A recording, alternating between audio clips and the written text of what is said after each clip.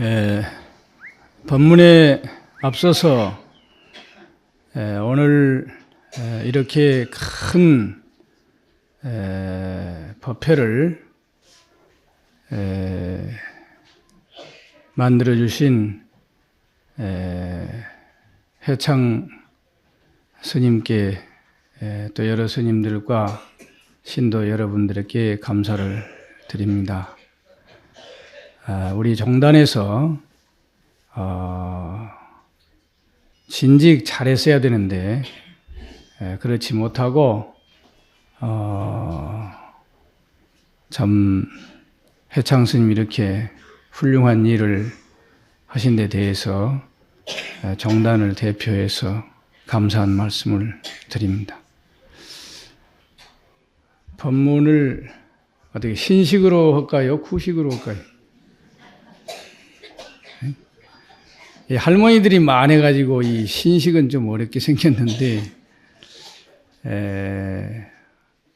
또 오늘은 잔칫날이 돼가지고 잔치 중에 제일 큰 잔치가 노인 잔치입니다. 그런데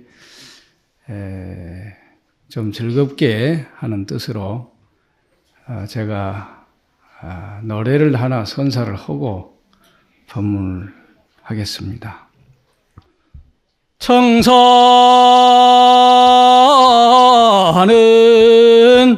나를 보고 말없이 살라고 창공은 나를 보고 티 없이 살라하네. 욕심도 벗어놓고 성냄도 벗어놓고 물같이 바람같이 살다가 가라하네. 선인선과요 악인 악과들아나 모임이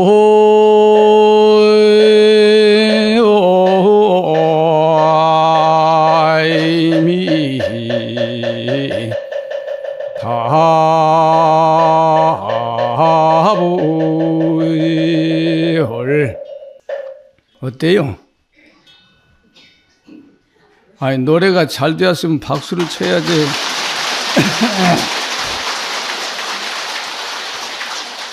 엎드려 절박기다. 갑자기 중이 노래를 하니까 할매들이 아주 좋은갑다. 이게 문수보살이 한 그 개송인데 옛날에나 지금이나 세상에 말이 많습니다. 그래서 청산을 보니까 좀 말없이 살라고 하는 것 같다. 그래서 이 개송을 지었는데 또 사람이라고 하는 게 욕심이 얼마나 많습니까? 요즘에는 또 스님들도 욕심이 많이 생겨가지고 시끄러워 죽겠는데 아마 그래 생각하실 거예요. 근데 어찌됐든 이 창공을 보면은 좀 티 없이 이렇게 마음에 티 없이 살라고 하는갑다. 그러고 보니까 욕심도 좀 버리고 또 성질도 좀 그만 내고 물같이 바람같이 살라고 하는 것을 가르쳐 준 개송입니다. 그런데 사실은 이 물같이 바람같이 산다고 하는 말이 상당히 어려운 말이에요. 듣기는 쉬운데 이 물이라고 하는 것은 대단히 유연한 것이 그 특성인데 경우에 따라서는 그저 흘러가는 대로 가다가 힘이 넘치면은 파도처럼 넘치는 것이고 또 힘이 없으면 가만히 있어요. 다 날아갈 때까지 가만히 있어. 그런가 하면은 또 경우에 따라서는 돌아가고 또 돌아서 그렇게 가는 것이 물의 속성입니다. 그거를 우리가 배워야 돼요. 그리고 바람도 그놈이 가만히 있을 때는 나무 이파리 하나도 건들지 않습니다. 가만히 있어. 그런데 휘몰아칠 때는 태풍이 돼가지고 집도 날리고 자동차도 날리고 막 밀어붙이는 거예요. 그래 보통으로 무서운 게 아니에요. 그러니까 이 바람이라고 하는 게 마치 사자와 같습니다. 사자라고 하는 것은 배부르고 자기 편하면 가만히 있어요. 수염을 건드려도 가만히 있습니다. 그런데 배가 고프고 성질이 나면은 아주 전력 투구하는 거예요. 죽기 살기라. 기어이 이겨야 하는 것이 그 사자의 속성입니다. 그것을 배워야 돼요. 그래서 스님들이 가끔 사자와 같이 싸움을 하면은 그렇게 고약스럽게 합니다. 그걸 잘못 배웠어. 그걸 안 해야 되는데 사실은 그거는 가끔 전쟁이 났을 때, 임진왜란 때 또는 뭐 병자호란 때 이렇게 큰 난리 났을 때 하는 건데 어쩌다가 실수하면은 좀 보기가 곤란할 정도로 스님들 싸움이 보통 일이 아니에요. 그 왜 그러냐? 이 스님들의 속성은 어머니 아버지 말 안 듣고 나온 그런 것이 하나 있어요. 잘 나가다가도 성질이 나면은 지랄입니다. 그리고 붙었다 가면 이제 머리가 깨지는 거예요. 왜 그러냐? 머리를 깎고 시작하니까 박치기부터 하거든. 예, 그래서 여러분들 절대로 스님들은 건들지 마시오. 예, 사실은 또 스님들은 싸움을 안 합니다. 예, 싸움하는 것은 중들이 하는 거지 절대 스님은 싸움을 안 합니다. 그래서 스승님이라고 스님은 존경하는 것이고 중은 놈자를 붙이는 거예요. 그래 중놈 그렇습니다. 하도 고약하니까 그쪽 아시고 하지만은 여러분들이 하도 불심이 좋아서 스님들은 그러더라도 부처님이 좋으니까 그저 고기 먹으려면 백정놈 꼴 보더라고 뭐 그런 것 같아. 요즘엔 제가 아주 입이 잘 안 떨어집니다. 아주 힘이 들어. 그런데 그래도 이 경상도 불심이 우리나라 불교를 지켜준다고 하는 사실을 여러분 스스로 알으시고 절대로 보이는 것만 가지고 생각을 하시지 않도록 부탁을 드리고요. 어쨌든 우리가 신심이 좀 있어야 됩니다. 세상은 어떻든지 간에 인생이라고 하는 것은 믿음이 있어야 돼요. 그래서 믿음의 연속이다. 인생이 뭐냐 하면은 믿음의 연속이다. 그러지 않습니까? 처음에 우리가 세상에 나와가지고 믿는 게 뭐예요? 어머니 아버지야. 그래서 어머니 아버지가 있으면 행복한 거예요. 부모가 없으면은 고아가 되면은 불행합니다. 그것이 기본이야. 어려서는 부모를 믿지만은 학교를 가면은 부모님 말 안 듣습니다. 선생님이 제일이요. 그렇죠? 선생님 말이라 가면 그냥 무조건 따르는 거라. 그런데 이제 중학교 가면 또 사정이 달라집니다. 중고등학교 가면은 선생님 말도 안 들어요. 이제 애인이 생기니까 사춘기가 넘으면은 애인이 제일이요. 애인을 믿고 사는 거예요, 애인. 그러다가 20살 넘어서 결혼하면 어때요? 부부간에 이제 서로 죽고 못 사는 거예요. 그렇죠? 그런데 이제 30, 40대 가면 또 사정이 달라집니다. 그때는 자기가 제일이요. 돈 생기고 건강하고 권력 생기고 하다 보면 지가 제일이요. 남편 말도 안 듣고 마누라 말도 안 들어요, 그때는. 그래서 여자는 40이 되면은 남자 말을 안 듣습니다. 왜 그러냐? 어린애를 낳다가 보니까 이제 배짱이 생긴 거예요. 그래가지고 남자가 뭐라 하면 배로 막 밀어버려. 말 안 들어요. 남자도 그래. 돈 생기고 힘 좋으니까 돌아다니는 거예요. 그래서 여자들이 40이 되면 보상 심리가 발동이 됩니다. 잘 먹여서 출세시켜 놓으니까 남자가 말 안 들어. 근데 거기서 이제 조금 문제가 생기는 거예요. 그런데 이제 60이 넘으면 상황이 달라집니다. 60이 넘으면 기운 떨어지고 나면은 다시 부부가 결합을 해. 그래서 이제 서로 또 죄송하다고 그러고 제2의 청춘이 시작이 돼. 그게 이제 사랑을 하는데 망태사랑이다. 그럽니다.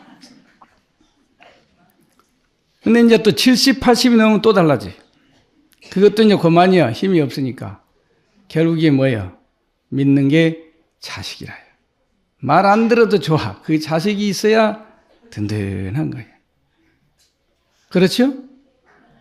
예. 그런데 이제 죽음은 또 사정이 달라요. 어때? 죽음은 뭘 믿어야 돼? 잘 모르지? 안 죽어봐서 아직 몰라. 내가 가르쳐 줄게요. 죽음은 죽으나 사나 나무함이 타버려. 그저 부처님밖에 믿을 게 없어. 그래서 죽기 전에 우리가 부처님을 자꾸 따르고 믿고 하란 대로 해야 됩니다. 이게 인생이야. 전생의 것은 여러분이 잘 모릅니다. 전생사는 모르니까 그냥 금생 가지고 내생을 생각하면서 열심히 살아야 돼. 그러니까 한마디로 말해서 인생은 믿음의 연속이라 그러는데, 그러면 무엇을 우리가 믿느냐? 부처님을 믿는데 물론 불법승 3번인데 그 가운데 진리, 부처님께서 가르쳐 주신 진리를 믿어야 돼. 그러려면 진리를 깨달아야 돼. 그래서 불교는 깨달음의 종교다, 덮어놓고 믿는 종교다 이렇게 말 안 합니다. 반드시 깨달아야 돼. 깨달으면은 믿지 말라고 해도 믿게 돼 있어요. 그런데 그 깨달음은 내용이 뭐냐? 그게 바로 인과 연기법, 인연법이라고 그럽니다. 참복 알고 보면 우리 인생은 또 인연 노름이야. 근본 원인자가 있어서 보조연이 합쳐가지고 생기는 것을 인연이라고 그럽니다. 처음에 우리가 태어나가지고 인연 짓는 것을 혈연이라 그럽니다. 피로 맺은 인연이라. 그 다음에 학교로 가면은 학년, 직장에 가면은 직장년, 또 이렇게 우리가 진리와 인연을 만나면 법연, 불연, 그렇게 말을 합니다. 그래서 참 인연이 좋아야 돼. 인연을 모르면은 불교도 모르고 진리도 모릅니다. 왜 그러냐? 바로 부처님이 가르쳐 주신 진리가 인연이기 때문에 그렇습니다. 세상은 인연 아닌 게 없어요. 예를 들면은 좋은 인연하고 나쁜 인연이 있는데 좋은 인연을 우리는 복 있다 그럽니다. 초년에 부모를 잘 만나면은 그 인연을 부모 복 있다 그러고, 또 말년에 자식을 잘 두면은 자식 복 있고, 중간에 처를 잘 얻으면은 처복 있고, 남편 잘 만나면 남편 복 있고, 가는 데마다 먹을 게 잘 생기면 뭐라고 그래요? 식복이고, 매일 일만 생기면 일복이고, 매일 얻어 터지면 매복이고, 심지어 얻어 터지는 것도 복이 있어야 돼요. 남편이 없으면 얻어 맞을 일이 없어. 요새는 여자한테 맞는다는데 어쨌든 뭐인가 인연이 있어야 얻어 터지는 거예요. 그래서 제일 중요한 게 좋은 인연이에요. 그러니까 사회에서는 몰라도 그 말을 씁니다. 인연을 뭐라 하느냐? 부부간에 싸우고 하는 소리가 결국에 호화져 가지고 하는 소리가 뭐냐? 인연전연해도 인연이 제일이다. 마누라가 제일이다 이거예요. 자기 마누라 없으면 밥을 누가 해주겠습니까? 옷을 빨아주겠습니까? 아무것도 안 돼. 그래서 우리가 인연을 잘 지어야 해요. 인연을. 그게 복 짓는 거예요. 우리가 이렇게 여러 어른들을 모시고 한 끼라도 밥을 나눠 먹고 참 부처님 인연으로 이렇게 하는 게 다 복 짓는 거예요. 여러분들은 먹어주어서 복이 되고 또 스님들은 신도님들은 베풀어서 복이 되고 이렇게 주고받는 사이에 좋은 인연이 돼서 그게 바로 다음 생에 복이 되는 거예요. 그러니까 복 중에 제일 큰 복이 무슨 복이냐 그러면 명복이라요. 죽어가지고 다음 세상에 가서 좋은 부모 만나가지고 잘 되는 거. 그게 최고야. 그래서 명복을 잘 지어야 된다. 그러려면 금생에 좋은 인연을 많이 지어야 됩니다. 아주 쉬워, 불교는. 응? 인연만 알면은 세상을 절대로 나쁜 짓을 할 수가 없어요. 모르니까 기회주의도 생기고 한탕주의도 생기고 말도 안 듣고 제멋대로 사는 거지. 인과를 알고 보면은 나쁜 짓거리 허락에도 안 합니다. 이걸 우리가 알아야 돼. 그래서 철저하게 깨달음, 인연을 깨닫는 것이 바로 불교다.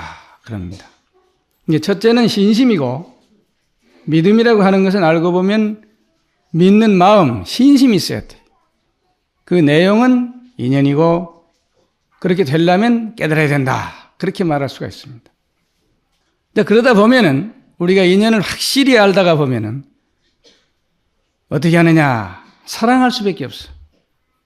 부부간에도 사랑할 수밖에 없고 부모, 자식, 친구 전체가 인연 아닌 것이 없으니까 사랑해야 돼. 그걸 우리는 자비라 그럽니다. 자비. 사랑. 사회적으로 말하면 사랑이에요. 근데 그 사랑은 반드시 어떻게 해야 되느냐? 줘야 돼. 사랑한다고 하면서 뭘 주지 않는 사람은 말뿐이라요.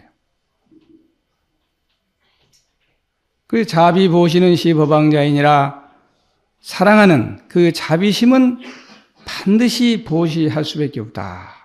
그런 거래요.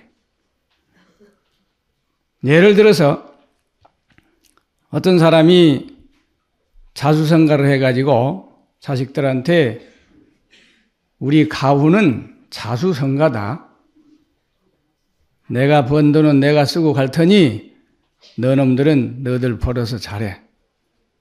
자수성가 알겠냐? 애미 말 잘 들어라. 그러면 새끼들이 뭐라 하겠습니까? 잘 해보시오. 말 안 듣습니다. 절대로 안 들어요. 그러니까 부모는 자식을 낳으면 뭐든지 주는 거예요. 응? 아낌없이 주는 거래요. 피도 주고 살도 주고 밥도 주고 옷도 주고 집도 주고 뭐든지 주면은 속이 시원한 것이 부모요. 그 사랑이 자비라고 그래. 조그마한 거 해가지고는 자비라고 말 안 합니다. 그래서 요즘에는 교회에서도 사랑이란 말 잘 안 씁니다. 천주교는 완전히 자비로 바꿨어요. 말 자체를 사랑이란 말을 자비로 바꿨어. 지적 소유권을 우리가 주장하게 되면 천주교는 자연히 우리 거예요, 그게. 그럴 거 아닙니까? 우리가 만들어 놓은 걸 갖다 쓰니까. 이 정신세계도 영역이 다 있어요. 지금 우리가 말 않는 것은 빚을 놓고 앉았는 거예요. 가만히 있다가 나중에 언젠가는 이제 원금도 받고 빚도 받아야 돼. 개신교는 그 말을 안 씁니다. 사랑은 사랑인데 무슨 사랑이냐 하니까 아까페 사랑이래. 그 왜 그러냐? 이 아카페 사랑으로 말을 바꾸게 된 것은 이유가 있어요. 가는 데마다 이 러브 호텔이 생겨가지고 이 러브라고 하는 말을 잘 안 씁니다. 사랑이란 말 잘 안 쓰게 됐어. 그래서 아카페 사랑이라고 그러는데 그게 뭐냐고 물으면 잘 몰라요. 혹시 아는 분 계세요? 아카페 사랑이 뭐냐? 그러면 아까운 거 폐지하고 다 주는 거. 그거이 아카페 사랑이. 그 어렵게 생각할 거 없어요. 영어라고 그래서 그 어려운 거 하나도 없어요. 전부 주는 거예요. 아까운 게 없어. 다 줘야 돼. 그게 바로 부모님의 사랑, 부처님의 사랑. 진짜 사랑입니다. 진짜. 응? 그러니까 우리말로 보시, 주는 거, 이걸 줄여서 줌 이렇게 말하면 돼요. 줌. 사랑은 주는 것이다. 쉽게 말하면. 그리고 반드시 우리는 목표가 있어야 됩니다.